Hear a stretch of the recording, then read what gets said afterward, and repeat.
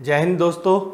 Krishna classes के online platform पे आप सभी का स्वागत है। और जैसा कि आपको पता है कि अब नवंबर के जो एग्ज़ाम होने वाले हैं 2020 में एयरफोर्स एक्स ग्रुप के लिए काफ़ी डिले हो गया ना कोरोना की वजह से, पर फाइनली जो न्यूज़ है वो 4 to 8 नवंबर के बीच में आपका एयरफोर्स एग्ज़ाम होने की न्यूज़ है।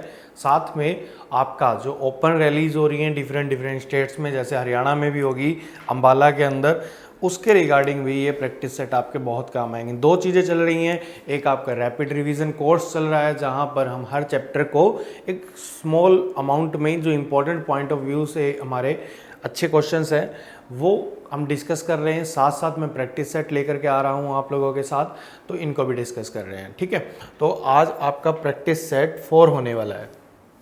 आज हम डिस्कस करेंगे प्रैक्टिस सेट 4 को। ठीक है, आपका काम क्या है? आपका काम है आप डिस्क्रिप्शन बॉक्स में जाइए। डिस्क्रिप्शन बॉक्स में आपको क्या मिल जाएगा? आपको प्रैक्टिस सेट 1, 2, 3 और आपके जो 2 रिवीजन्स वीडियोस आए हैं, एक यूनिट एंड डायमेंशन की मैकेनिक्स मैंने छेड़ रखा है, पहले यूनिट एंड डायमेंशन डिस्कस हो चुका, काइनेमेटिक्स डिस्कस हो चुका, तो उन दोनों की रिवीजन वीडियो को आप देख सकते हो वहाँ पे जा करके। और आपका काम क्या है? अपना मैक्सिमम रिवीजन करा। मेरा फोकस बिल्कुल इतना है कि आप 25 में से एटलीस्ट 15 प्लस स्कोर कर पाओ। ठीक है, और हर वीडियो के कमेंट बॉक्स में आपको अपना स्कोर ज़रूर मेंशन करना है, ताकि ये मेरे लिए भी बूस्टअप टाइप है कि भाई कि आप कितना पढ़ रहे हो, कितना अपना परसेंटेज दे रहे हो इस वक्त एग्जाम से रिलेटेड। ठीक है, तो आइए स्टार्ट करते हैं। पहला क्वेश्चन कह रहा है the ratio of numerical values of average velocity and average speed of a body is always. देखो, एवरेज वेलोसिटी के बारे में आपको मैंने डिस्कस करा है पहले, एवरेज स्पीड के बारे में भी डिस्कस करा है। अगेन मैं आपको बता दूं कि एवरेज स्पीड होती है आपकी क्या? एवरेज स्पीड आपकी क्या होती है? Total distance upon total time. क्या? Total distance upon total time, इन दोनों का रेशियो होता है क्या? आपका average speed. Similarly just like average speed, आपके पास एवरेज वेलोसिटी भी देखने को मिलती है। एवरेज वेलोसिटी क्या होती है? Total displacement divide by total time. ठीक है, अब सोचिए खुद कि भाई इसका क्या आंसर आ सकता है। ठीक है, खुद सोचिए इसका क्या आंसर आ सकता है कि भाई एवरेज स्पीड और एवरेज वेलोसिटी और एवरेज स्पीड का रेशियो पूछा है, और ये ऑलवेज भी बोल रहा है एवरेज वेलोसिटी और एवरेज स्पीड। देखिए, एक चीज आ रही है कि भाई कुछ ना कुछ, देखो टाइम तो चलो बराबर लगेगा ही लगेगा, कहीं ना कहीं तक जाकर बॉडी रुकेगी। टाइम के फंडे को ना देखते हुए डिस्टेंस के फंडे को देखें, एक ऐसा केस आएगा जहां डिस्टेंस डिस्प्लेसमेंट के बराबर होगा। अदरवाइज आपको ये पता है टोटल डिस्टेंस हमेशा ज़्यादा होती है किससे? टोटल डिस्प्लेसमेंट से। तो एक चीज़ तो पता लग रही है कि एवरेज स्पीड ज़्यादा तो होती है, पर हर समय ज़्यादा होती है क्या? जब बॉडी एक लीनियरली मूव करती है स्ट्रेट डायरेक्शन में, वापस नहीं मुड़ती। तो इस पॉइंट पे इनिशियल पॉइंट ये रहा और ये फाइनल पॉइंट रहा। जितना डिस्टेंस है उतना ही डिस्प्लेसमेंट भी है आपका। और जब डिस्टेंस और डिस्प्लेसमेंट बराबर हो जाता है, उस केस में एवरेज स्पीड और एवरेज वेलोसिटी भी बराबर हो जाती है। अदरवाइज आपका एवरेज वेलोसिटी हमेशा कम होता है किससे? एवरेज स्पीड से। जब डिनोमिनेटर ज़्यादा होगा तो इसका आंसर आएगा लेस देन 1। इसका आंसर क्या आएगा? Less than 1। बट एक केस ऐसा भी है जो मैंने बताया डिस्टेंस डिस्प्लेसमेंट के बराबर हो जाएगी, और उस केस में आप क्या कह सकते हो कि एवरेज वेलोसिटी और एवरेज स्पीड का जो रेशियो होगा वो लेस देन इक्वल टू 1 होगा। ठीक है, यानी कि यूनिटी 1 या फिर इससे लेस। तो option number B is the right answer. Clear? अगर आपको इसके अंदर कोई भी किसी क्वेश्चन के अंदर डाउट आता है तो आप कमेंट बॉक्स में कमेंट करके अपने डाउट को पूछ सकते हैं। ठीक है, आपको लाइव भी मिलना है तो मोस्ट प्रोबेबली चांसेस है भाई 15 अक्टूबर से आपका लॉकडाउन खुल जाएगा, तो मैं आपको live face to face offline भी मिल जाऊंगा यहाँ पे कृष्णा क्लासेस, गली नंबर 2। ठीक है, Hisar, near bus stand. How many NAND gates are use to form AND AND gate, कितने, आपने लॉजिक गेट्स पढ़े हैं सेमीकंडक्टर्स के अंदर, वहाँ पर आपको गेट्स पढ़ाए जाते हैं, और gate, AND gate, NOR gate, NOT gate और आपका नोर गेट। ठीक है, इस तरह से एक्सोर गेट वगैरह आपके सिलेबस में नहीं है, काफ़ी टाइम पहले वो सिलेबस से रिमूव कर दिए गए हैं।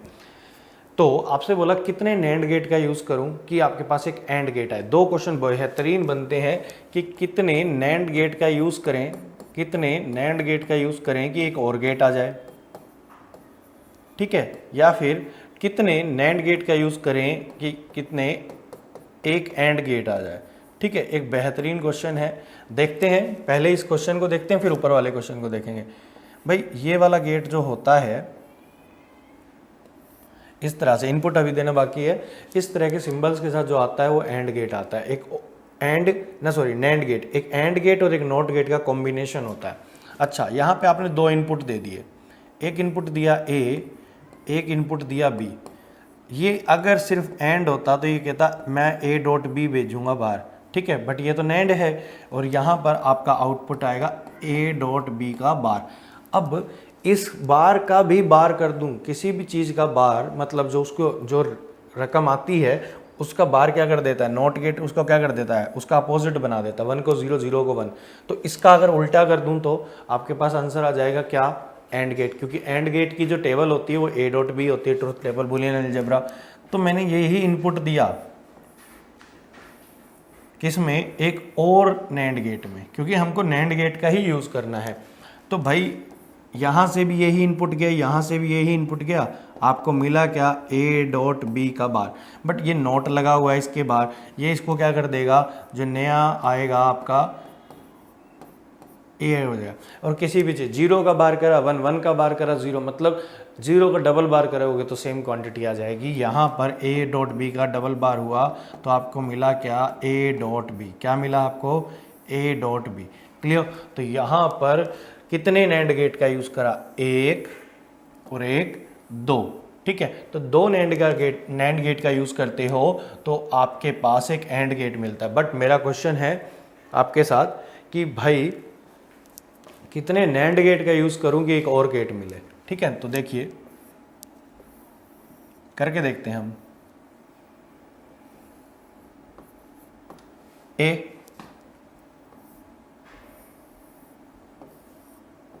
ये दूसरा गेट है, ठीक है, यहाँ से आपने एक इनपुट दिया ए, यहाँ से बी इनपुट दिया, यहाँ पे मिला आपको ए बार, यहाँ पे मिला आपको बी बार। यहाँ से दोनों से जो इनपुट आया उसको आपने एक और नैंड गेट में दे दिया। ठीक है, तो यहाँ से ये क्या करेगा, ये करेगा ए बार बी बार का डॉट प्रोडक्ट, बट इसका आगे लग रहा है नॉट गेट, तो ये इसका क्या कर देगा, पूरे का बार बना देगा। ठीक है, इसको खोलना मैंने आप लोगों को काफ़ी वीडियोस में सिखाया है। इंडिविजुअल जो दे रखा है वो दे रखा है और डबल बार हो जाएगा, किसी भी चीज़ का डबल बार क्या होता है वही हो जाती है, और आपके पास आंसर आता है y equal to A plus B, Y equal to A plus B. तो आपने कितने नैंड गेट का यूज़ करा, एक और गेट को लगाने के लिए, 1 2 3, तो 3 नैंड गेट का यूज़ करोगे तो आपके पास एक और गेट मिल जाएगा। आगे बात समझ, ठीक है, तो याद रखेंगे इसको। अभी शॉर्ट नोट्स बनाते चलें प्रैक्टिस सेट के दौरान भी। तीसरा क्वेश्चन कह रहा है which one of the following is not a unit of what. ठीक है, नॉट इक्वल टू वॉट, कौन सी ऐसी यूनिट है जो वॉट के बराबर नहीं है। वॉट किसकी यूनिट होती है, जस्ट रिमाइंड। ठीक है, आपने पावर पढ़ा है, power equal to energy upon time या फिर वर्क अपॉन टाइम, है ना। पावर की यूनिट होती है वॉट। ठीक है, पावर की यूनिट क्या होती है, वॉट। अच्छा, पावर का एक फार्मूला पढ़ते हो, वर्क अपॉन टाइम, तो पावर की एक यूनिट होती है जूल बटे सेकेंड। ठीक है, बट उसने पूछा नॉट, यहाँ पर थोड़ा सा ध्यान देना, ज़्यादा तेज मत चलना, नॉट, तो ये तो हो ही नहीं सकता अपना आंसर। चलो, एम्पियर कुछ देखने को मिल रहा है। तो पावर के बारे में आपने एक और चीज़ पढ़ी करंट इलेक्ट्रिसिटी में, ये होता है वोल्टेज इंटू करंट। अच्छा, वोल्ट की यूनिट, वोल्ट, करंट की यूनिट एम्पियर इंटू वोल्ट। ठीक है, एम्पियर इंटू वोल्ट है। ठीक है, तो ये भी नहीं होगा। और राइट आंसर मिल ही गया आपको option number D, ampere per volt दे रखा है ना। ओके ठीक। अदरवाइज आप दिमाग लगा लेते थोड़ा सा कि ये और ये ऑप्शन कुछ कुछ सिमिलर से हैं पर ये उल्टा सीधा है, तो इन दोनों में से कोई एक आएगा, बट इसको भी चेक कर लेते हैं।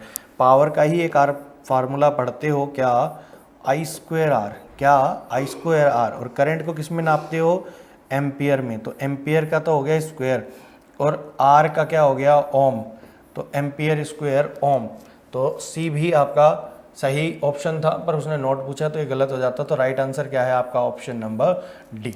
ठीक है, चलते हैं क्वेश्चन नंबर 4 की ओर। क्या है, dimension formula of coefficient of viscosity is what. ठीक है, कोफिशिएंट ऑफ विस्कोसिटी मतलब ईटा, एन को थोड़ा सा नीचे खींच दो तो ये होता है आपका ईटा, और इसका उन्होंने पूछा क्या आपसे, डायमेंशन। ठीक है, मैं डायमेंशन तो बता देता हूँ, ऑप्शन नंबर ए होगा आपका राइट आंसर। बट विस्कोसिटी के बारे में डिस्कस करते हैं। जब एक सॉलिड बॉडी दूसरी सॉलिड बॉडी के ऊपर चलती है तो उसको आप बोलते हो फ्रिक्शन। ठीक है, बट फ्लूइड के ऊपर मूव करता है, मतलब लिक्विड के बीच में, लिक्विड के बीच में और आपके गैस के बीच में जो फ्रिक्शन होता है, आप उसको फ्रिक्शन नहीं बोलते, उसको एक नई टर्म बोलते हैं फ्लूइड की टर्म्स में, उसको बोलते हो विस्कोसिटी। क्या बोलते हो, विस्कोसिटी। ठीक है, तो आई थिंक ये तो क्लियर हुआ होगा विस्कोसिटी किसको बोलते हैं। जैसे ये आपकी दो लिक्विड्स की लेयर थी, ठीक है, आपकी एक लेयर v वेलोसिटी जा रही थी, दूसरी v प्लस dv से जा रही थी, और इनके बीच में रिलेटिव डिस्प्लेसमेंट थी dx। ठीक है, तो यहाँ पर विस्कोसिटी, विस्कस फोर्स लग रहा है पीछे की ओर, और विस्कस फोर्स का फॉर्मूला आप लोगों को याद रखना है, मोस्ट इंपॉर्टेंट क्वेश्चन हैं ये। ठीक है, dv बाई dx और बीच में आएगा एरिया। ठीक है, ये क्वेश्चन बहुत बार पूछा जा चुका है। इसका डायमेंशन निकालना है विस्कोसिटी का, तो इसको अलग रख लो, फोर्स इनटू में displacement divide by area into में चेंज इन वेलोसिटी, ऐसा लिख सकते हो। अच्छा, फोर्स का डायमेंशन क्या होता है, फोर्स का डायमेंशन होता है m1 L1 T-2। अच्छा, डिस्टेंस का डायमेंशन क्या होता है L, एरिया का डायमेंशन क्या होता है L स्क्वायर, और वेलोसिटी का डायमेंशन क्या होता है L1 T-1। ठीक है, एक L दो L कट गए। ठीक है, बचा क्या, एक L बचा और ये T-1, ये ऊपर जाएगा तो प्लस का हो जाएगा। आपके पास जो राइट आंसर आएगा m1 L-1 T-1 is the right answer. तो अब क्वेश्चन नंबर 4 का राइट आंसर क्या है, ऑप्शन नंबर ए। नेक्स्ट क्वेश्चन पे चलते हैं, क्वेश्चन नंबर 5 कह रहा है force on A charge particle in uniform magnetic field. जब किसी चार्ज पार्टिकल को आप यूनिफॉर्म मैग्नेटिक फील्ड में छोड़ते हो तो वो यूनिफॉर्म मैग्नेटिक फील्ड उस चार्ज पार्टिकल पे एक फोर्स लगाती है। आप लोग जर्नल उस फोर्स के बारे में ऐसा पढ़ते हो, F = QV sin थीटा, है ना, पढ़ते हैं ना इतना कि फोर्स कितना लगता है चार्ज पार्टिकल पे यूनिफॉर्म मैग्नेटिक फील्ड के अंदर, F = QVB sin थीटा।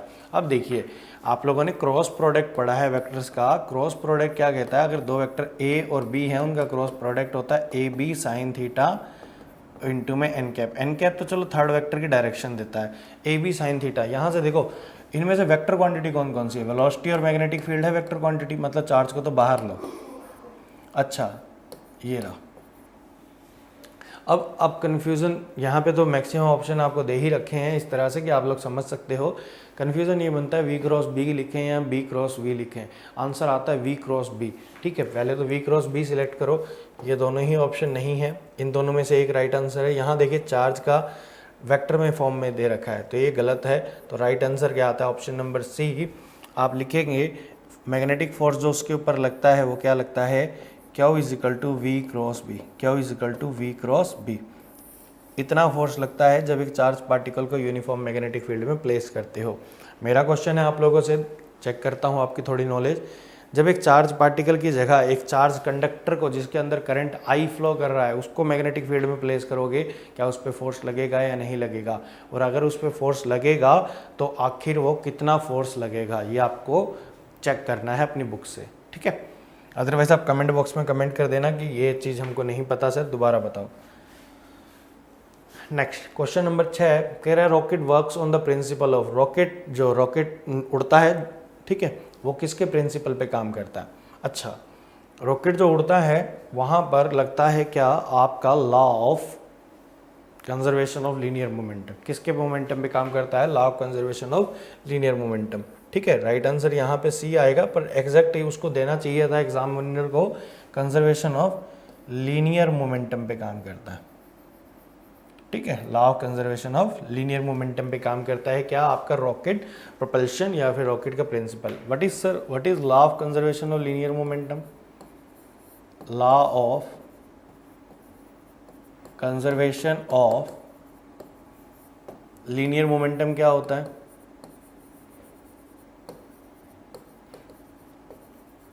भाई अगर आपको इन वीडियोस से फ़ायदा हो रहा है तो प्लीज़ इनको लाइक करा करो, शेयर करा करो मैक्सिमम बच्चों के साथ, इनको शेयर करो, उनके साथ अपनी चीज़ों को साझा करो कि भाई इस तरह से प्रिपरेशन करवाई जा रही है प्रैक्टिस सेट की फॉर्म में। आप वीडियोस को देखो और अपने रैंक को इम्प्रूव करो। मेरी मैक्सिमम गारंटी है कि भाई यहाँ से इसी तरह का फॉर्मेट का पेपर आपको एयरफोर्स में मिलता है और मिलता रहेगा जब तक कि कोई बड़े चेंजेस नहीं आते। तो अपनी प्रिपरेशन इस तरह से चलो ना, वो चीज़ें करो जो एग्ज़ाम में आती हैं और पूछी जाती हैं और पहले बच्चों को फेस भी हुई है। मैं दोनों चीज़ों को लेकर चल रहा हूँ। शुरुआत के प्रैक्टिस सेट में मैक्सिमम थियोरी के क्वेश्चंस को कवर कर रहा हूँ शुरुआती।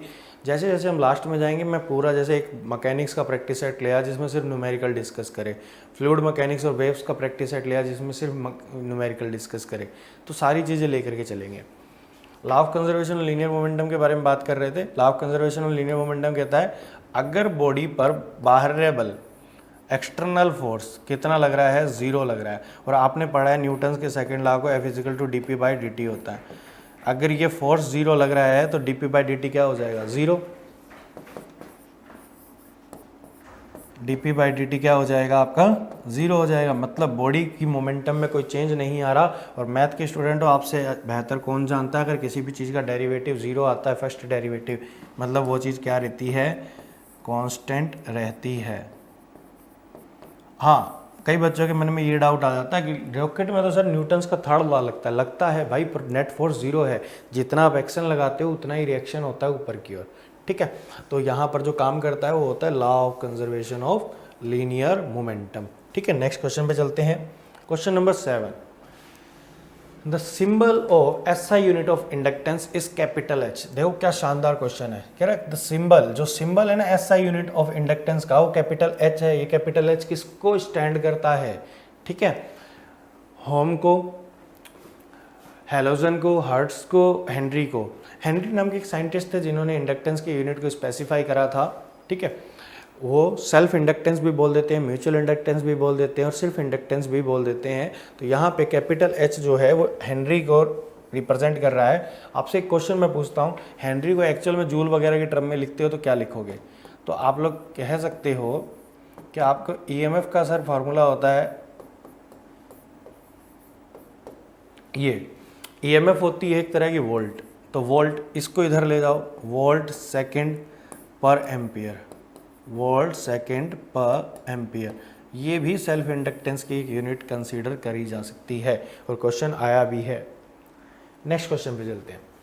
The statement that heat can not flow from itself from one body to a body at a lower temperature to a body at a higher temperature is known as। इस statement को thermodynamics में आप use करते हो कि भाई आप सभी को पता है कि जो आपकी हीट ट्रांसफ़र होती है वो हाई टेम्परेचर से लो टेम्परेचर होती है। अच्छा, इसके बारे में कुछ भी नहीं बताया था किसने? न्यूटन ना, सॉरी, थर्मोडायनेमिक्स के फर्स्ट लॉ ने। ठीक है, अब ये स्टेटमेंट दी किसने? ये दी स्टेटमेंट न्यूटन ना, सॉरी, बार बार न्यूटन ही आ रहा है। ठीक है, तो क्योंकि अभी मैकेनिक्स ही चल रही है, मैकेनिक्स के रिविजन्स वीडियो चल रहे हैं, तो न्यूटन बाबा को कौन भूल सकता है? उन्हीं की देन है सारी की सारी। वो एक कहावत है ना, बोले जो सेब था वो सिर पे नहीं गिरना चाहिए था, पेड़ गिरना चाहिए था, न्यूटन ही नहीं होता। पर उनकी डिस्कवरी आज हमको कहाँ कितनी दूर ले गई है फिजिक्स में। देखिए, कभी भी लो टेम्परेचर की बॉडी से हाई टेम्परेचर की बॉडी तक हीट अपने आप फ्लो नहीं होती है, उनको करवाना पड़ता है। किसको? हीट को फ्लो करवाना पड़ता है, जैसे जस्ट लाइक रेफ्रिजरेटर। ठीक है, तो यहाँ पर आपका न्यूटन, फिर न्यूटन याद आ गया, थर्मोडायनेमिक्स का सेकंड लॉ लगता है। कौन सा लॉ लगता है? सेकंड लॉ में आपको दो स्टेटमेंट है, ये आपका होमवर्क, ये एक क्लूसियस स्टेटमेंट है और एक केल्विन प्लैंक स्टेटमेंट है। दो स्टेटमेंट दी थी, एक तो ये दी थी और एक ये कि भाई इस तरह की कोई भी डिवाइस नहीं बना सकते आप जहाँ से आपकी जितनी आप हीट सप्लाई करते हो उतना ही वर्क मिल जाए आपको, कुछ ना कुछ फ्रिक्शन में पार्ट इंक्लूड होगा ही होगा। नेक्स्ट क्वेश्चन पे चलते हैं। क्वेश्चन नंबर 9 कह रहा है which one of the following waves carry the maximum energy पर फोटोन।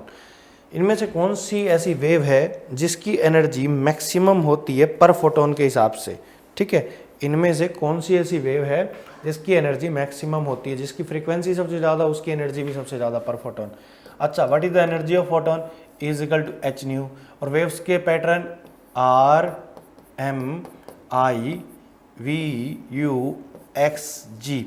तो टॉप टू बॉटम जाते हो आप लोगों को पता है कि फ्रीक्वेंसी क्या होती है, इंक्रीज होती है। फ्रीक्वेंसी क्या होती है, इंक्रीज होती है। और जब टॉप टू बॉटम जाने में फ्रीक्वेंसी इंक्रीज, एच कांस्टेंट है भाई, और अगर फ्रीक्वेंसी इंक्रीज होगी तो एनर्जी भी इंक्रीज होगी। एनर्जी इंक्रीज होने का मतलब एनर्जी मैक्सिमम तक लेके जाना। अब देखिए क्या गामा है ऑप्शन में, नहीं है। क्या एक्सरेज है, यस सर एक्सरेज है, तो एक्सरेज ही आपका राइट आंसर आ जाएगा। एक्सरेज जो होती हैं इनकी पर photon energy in given range में सबसे ज़्यादा होती है। और वैसे अगर ओवरऑल सातों वेव्स की बात करते हैं तो वहाँ पर गामा रेस की हेल्प ली जाती है एनर्जी के बारे में, है ना। लेज़र वगैरह में आप यूज़ कर लेते हो यहाँ पे इनको। Water boils at low temperature at high altitude because. सबसे पहली बात, किसी भी चीज़ को बॉयल करवाने में रोल होता है एटमॉस्फेरिक प्रेशर का, है ना। कोई चीज़ जाएगी ऊपर, टकराएगी, टकरा करके एटमॉस्फेरिक प्रेशर से मैच करेगी, तब वो बॉयल होता है। जब आप एल्टीट्यूड पे जाते हो, पहाड़ी इलाकों पे जाते हो, तो पहाड़ी इलाकों पे एक चीज़ होती है, क्या चीज़ होती है कि भाई आपका ग्रेविटी कम होता है। ग्रेविटी कम होने से गैसेस दूर दूर चलेगी, गैसेस के दूर दूर जाने से आपका एटमॉस्फेरिक प्रेशर डिक्रीज हो गया। जब प्रेशर ही डिक्रीज हो गया तो बॉइलिंग पॉइंट भी डिक्रीज हो गया वहाँ पर। इसीलिए वाटर लो टेम्परेचर पे बॉयल कर जाता है और खाना इजीली नहीं पक पाता, और उसके लिए आप प्रेशर कुकर को यूज़ करते हो, ठीक है। पर हमारा तो क्वेश्चन था कि भाई क्यों होता है ऐसा, क्योंकि एयर प्रेशर क्या होता है वहाँ पर लेस हो जाता है। क्या हो जाता है, एयर प्रेशर वहाँ पर कम हो जाता है। और इस एयर प्रेशर को बढ़ाने के लिए आप सब्जी वगैरह को प्रेशर कुकर में बनाने की योजना बनाते हैं, ठीक है। तो नेक्स्ट क्वेश्चन पे चलते हैं। क्वेश्चन नंबर 11 कह रहा है electric charge in a uniform motion produce. अगर कोई इलेक्ट्रिक चार्ज है और वो यूनिफॉर्म मोशन कर रहा है तो क्या क्या चीज़ें प्रोड्यूस करेगा। कोई इलेक्ट्रिक चार्ज है, वो यूनिफॉर्म मोशन कर रहा है, तो क्या क्या चीज़ें प्रोड्यूस करेगा। तो भाई अगर कोई इलेक्ट्रिक चार्ज है और वो मोशन में है, सबसे पहले वो करंट क्रिएट करेगा, और करंट के क्रिएट होने की वजह से मैग्नेटिक फील्ड क्रिएट होगी। साथ ही साथ उसके मोशन में एक और चीज़ भी इंक्लूड होगी, वो इलेक्ट्रिक फील्ड भी कैरी करके चलेगा, ठीक है। तो वो बहुत चीज़ें बनाता है यूनिफॉर्म मोशन के दौरान भी। पहला कि भाई इलेक्ट्रिक फील्ड भी होती है और मैग्नेटिक फील्ड भी वहाँ पर प्रेजेंट होती है। इलेक्ट्रिक फील्ड का जो पैमाना होता है, मतलब जो अमाउंट होता है, वो लेस होता है as compare to magnetic field के, ठीक। तो ये क्वेश्चन नंबर 11 है। क्वेश्चन नंबर 12 पे चलते हैं। कह रहा है temperature of ideal gas kept constant. Question को ध्यान से पढ़ना, थर्मोडायनेमिक्स के क्वेश्चंस आपको एग्जाम में अटकाएंगे ही अटकाएंगे।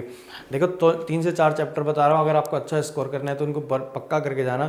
थर्मोडायनेमिक्स, दूसरा काइनेटिक थ्योरी ऑफ गैसेस, तीसरा वेव्स एंड ऑसिलेशन। ऑसिलेशन से कम पार्ट आता है, वेव से ज़्यादा।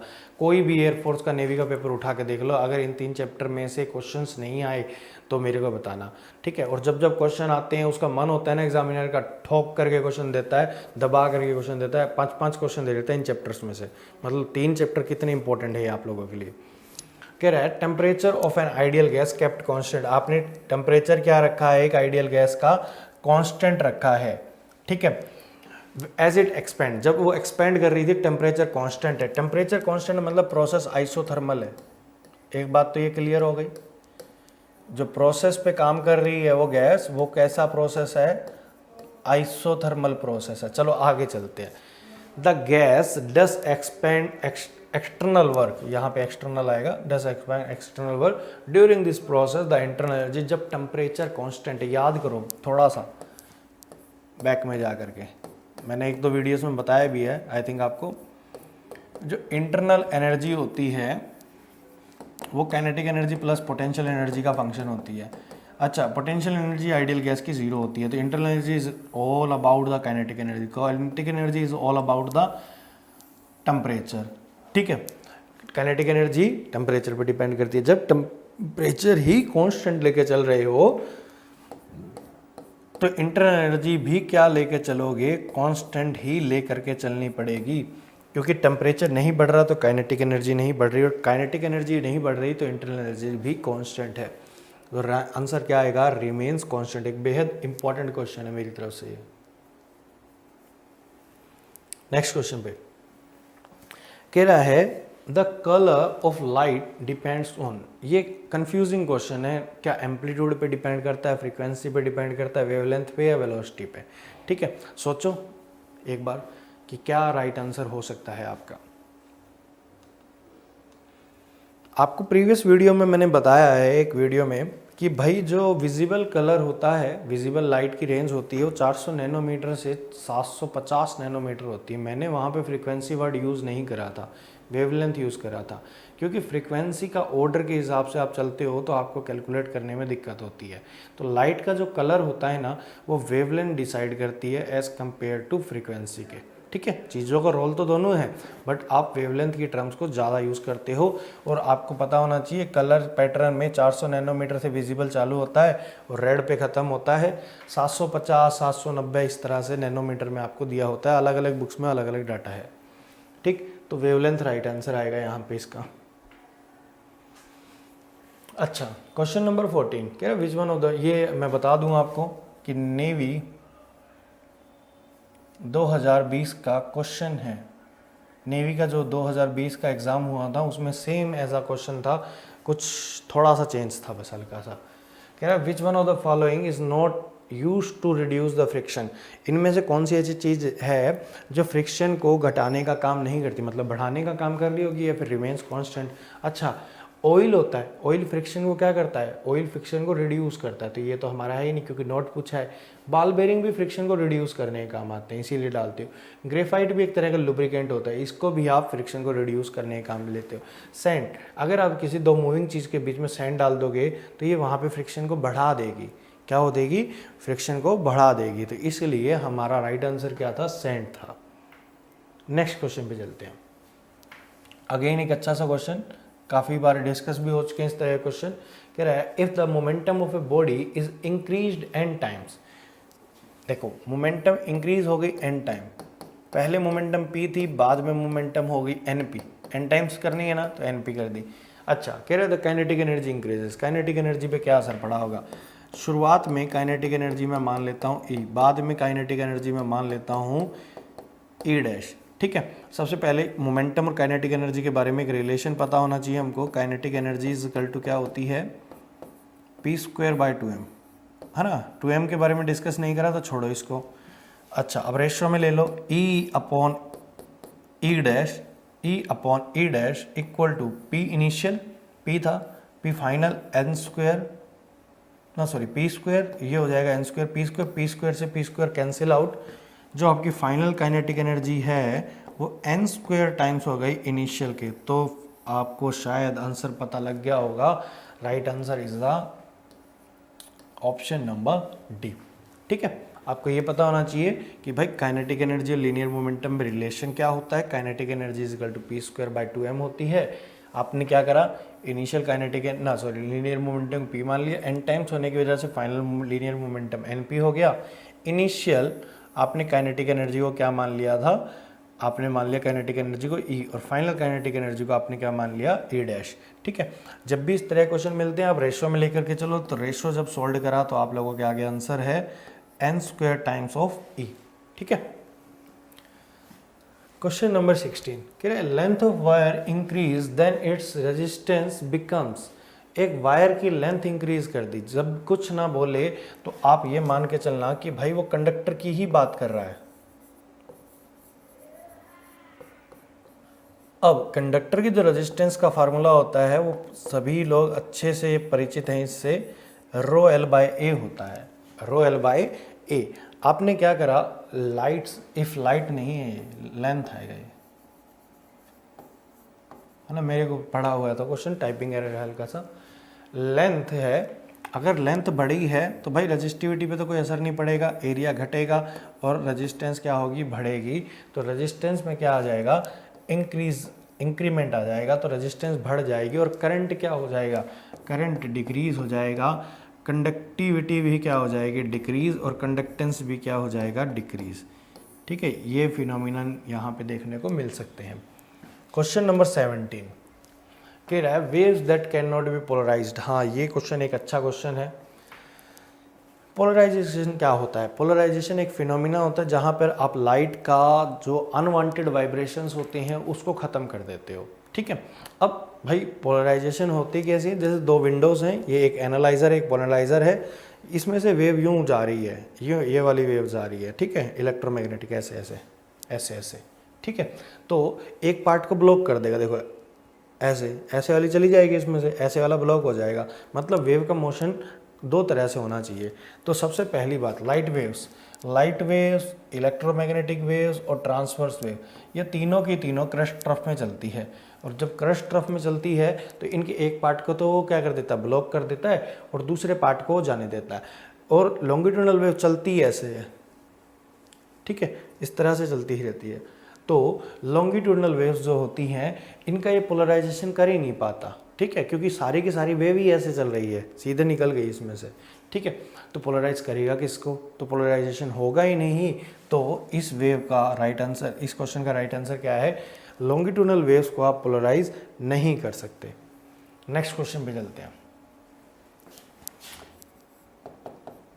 एयरफोर्स 2019 में आया हुआ एक छोटा सा न्यूमेरिकल प्यारा सा थ्योरी ऑफ रिलेटिविटी पे बेस्ड कह रहा है the velocity of a body of rest mass am not is. एक रेस्ट मास था एम नॉट, उसकी जो वेलोसिटी है वो दे रखी है √3/2c। आगे कह रहा है c is the velocity of light A vacuum में, तो उस बॉडी का मास बता दो कितना होगा। आपने थ्योरी ऑफ रिलेटिविटी अगर पढ़ी है तो मास और रेस्ट मास में रिलेशन होता है ऐसा, जब आप किसी बॉडी को लाइट के कंपैरिजन में किसी स्पीड के साथ मूव करवाने की कोशिश करते हो तो उसका मास बढ़ता है। ठीक है, और आपने सुना होगा मास एनर्जी में कन्वर्ट हो सकता है, energy can be converted into mass. Theory of relativity का कॉन्सेप्ट था अल्बर्ट आइंस्टीन के द्वारा, तो वहाँ का ही कॉन्सेप्ट यूज़ कर रहा हूँ। एम नोट जो मास था उसकी जो वेलोसिटी दे रखी है वो v होती है, v की जगह पुट कर दो √3/2c, तो ये हो जाएगा 3/4, ऊपर भी c स्क्वायर नीचे भी c स्क्वायर, c स्क्वायर से c स्क्वायर कट गया। इसको सोल्व करते हो तो 1/4 आता है, और 1/4 को जब सोल्व करते हो तो 2m नोट आता है। तो राइट आंसर क्या था, ऑप्शन नंबर सी, मास बढ़ेगा। जब भी आप किसी बॉडी को लाइट की स्पीड के कंपैरिजन में किसी भी स्पीड के साथ फेंकते हो तो उसकी मास हमेशा क्या होता है, बढ़ता है, क्योंकि आपने जो एनर्जी लगाई है वही कन्वर्ट हो जाता है बॉडी के मास में। नेक्स्ट क्वेश्चन, अगेन एक अच्छा सा क्वेश्चन, कंफ्यूजिंग क्वेश्चन। इस तरह क्वेश्चन बहुत आते हैं एग्जाम में आपके। कह रहा है एक बॉडी है जिसका मास 2 kg है, is kept stationary by stationary है, stationary by pressing to the vertical wall by a force of 100 newton. आपने एक वर्टिकल वॉल के सहारे एक बॉडी को रखा हुआ है जिसका मास है 2 kg, और इस पे 100 न्यूटन का फोर्स लगा रहे हो आप।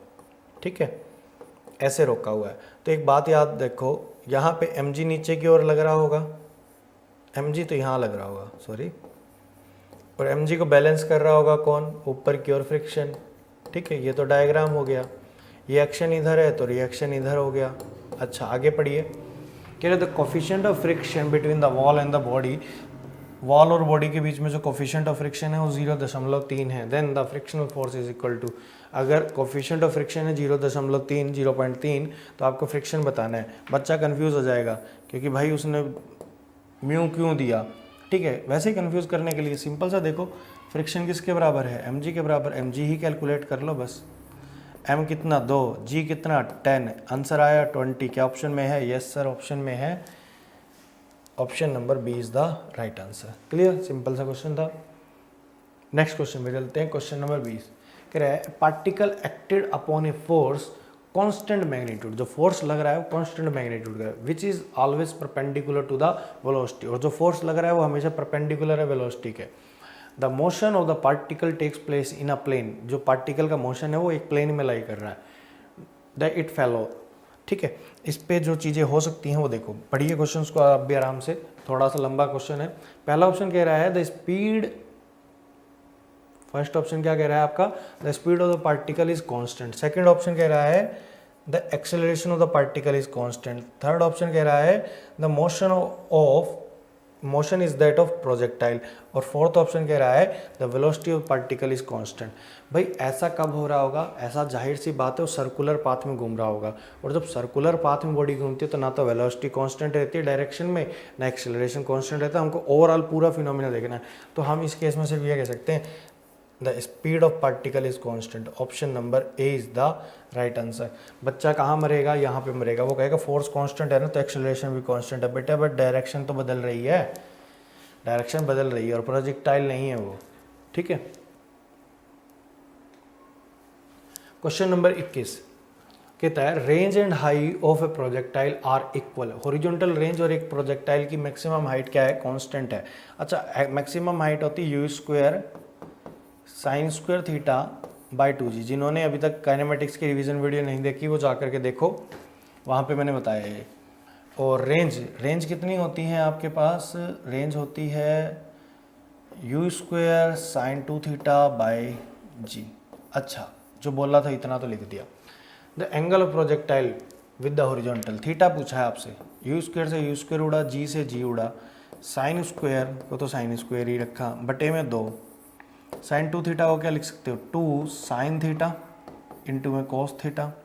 एक साइन थीटा से एक साइन थीटा उड़ा, ये कोस नीचे गया, तो टेन थीटा की वैल्यू कितनी आ गई 4। देन थीटा की वैल्यू कितनी आ गई, थीटा की वैल्यू आ गई 10 इनवर्स 4। थीटा की वैल्यू कितनी आ गई 10 इनवर्स 4। ये आपका एंगल ऑफ प्रोजेक्टाइल था। क्या दे रखा है, हाँ, B option is the right answer. ठीक है, क्वेश्चन नंबर 22 कह रहा है दो बॉडीज हैं, दो, अगेन प्रोजेक्टाइल का मोशन का क्वेश्चन, उनकी प्रोजेक्टेड वेलोसिटी सेम है। If one is projected with an angle of 30 degree, other is projected with 60 degree with the horizontal, the ratio maximum height. Maximum height का ratio पूछा है भाई 30 degree और 60 degree के case में, 30 degree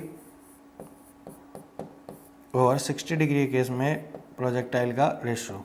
ठीक है, अब सुनो, जी से तो जी कट जाएगा, साइन स्क्वायर सीधा लिख दूं, साइन स्क्वायर 30। अभी क्वेश्चन करवाया प्रीवियस, इसलिए ज़्यादा टाइम नहीं लेते इस क्वेश्चन पे। साइन 30 की वैल्यू 1/2, तो स्क्वायर करा तो 1/4, ये √3/2 होता है, तो ये बनेगा 3/4, 4 से 4 उड़ गया, आंसर आ गया 1:3। ठीक है, थोड़ा सा चटकी दिखाई दिमाग ने तो 3:1 पे भी निशान लगा दोगे और गलत कर जाओगे। ध्यान से करना, 30 पहले बोला है तो 30 को पहले रखा, 60 बाद में बोला है तो 60 को बाद में रखा। क्वेश्चन नंबर 23 बहुत बार पूछा गया क्वेश्चन, गिवन कंडीशन दे रखी है आपको और आपसे क्या पूछा है, रिजल्टेंट पूछ लिया। ठीक है, रिजल्टेंट का मैग्नीट्यूड पूछ लिया। ये सेम क्वेश्चन ऐसा का ऐसा एक क्वेश्चन मैंने आपको रिवीजन वीडियो में कराया काइनेमेटिक्स की, तो जिन्होंने नहीं देखी वो जा करके जरूर देखें उसको अभी तक। ये देखिए, इसको लिख सकते हो A B sine theta,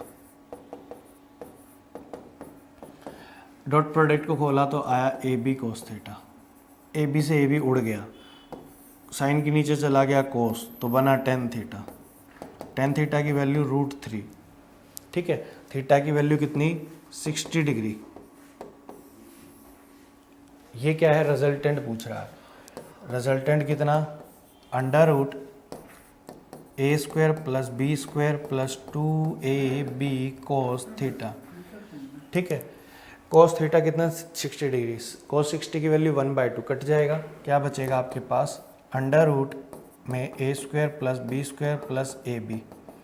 check करिए ऑप्शंस को, option number A is the right answer. Clear. Next question में चलते 24th कह रहा है a body travel from A to B with speed 20 km/h and returns at a speed of 30 km/h। ठीक है, returns का मतलब वो ए से चली ए पे ही वापस आ गई और आपसे पूछा है average speed of the journey. देखिए आपको एवरेज वहाँ पे ही मैंने ये कॉन्सेप्ट बताया, ए से बी गए, B से AI डिस्टेंस इक्वल है, इस केस में आप यूज़ करते हैं 2v1v2 divide by v1 plus v2। ठीक है, v1 और v2 दिया हुआ है आपको 20 इंटू 30 डिवाइड बाय 30 प्लस 20, ये 50 हो जाएगा। इसको सॉल्व करोगे तो कितना आएगा 40 इंटू 30, 1 0 से 1 8 8 3 24, 24 किलोमीटर पर आवर। ठीक है, option number B is the right answer. Last question इस वीडियो का कह रहा है speed of two identical cars are u and four u at a specific instant. किसी इंस्टेंट पे दो कार थी, ठीक, इसकी वेलोसिटी u और फॉर u रही। The ratio of respective distance at which two cars are stopped from the instant. जब कोई कार रुकेगी तो इसकी भी फाइनल कितनी हो जाएगी 0 और इसकी भी फाइनल स्पीड कितनी हो जाएगी 0। और आइडेंटिकल कार है तो सेम एक्सेलरेशन लेकर चलती हैं वो। तो आपको पता है जब भी इस तरह के क्वेश्चंस आते हैं तो आप लोगों को क्या करना है, रेशियो में लेकर चलना है। क्या तो एक ऑप्शन है कि पहले का एक्सेलरेशन निकालो दूसरे में पुट करो, ठीक है, वो हम करेंगे नहीं, हम सिंपल लगाएंगे भाई u1 बाई u2 का whole square equal to s1 by s2। आपने ब्रेक अप्लाई करे और कार रुक गई।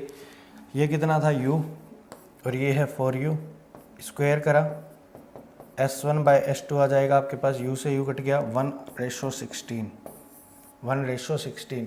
Option number D is the right answer. Clear.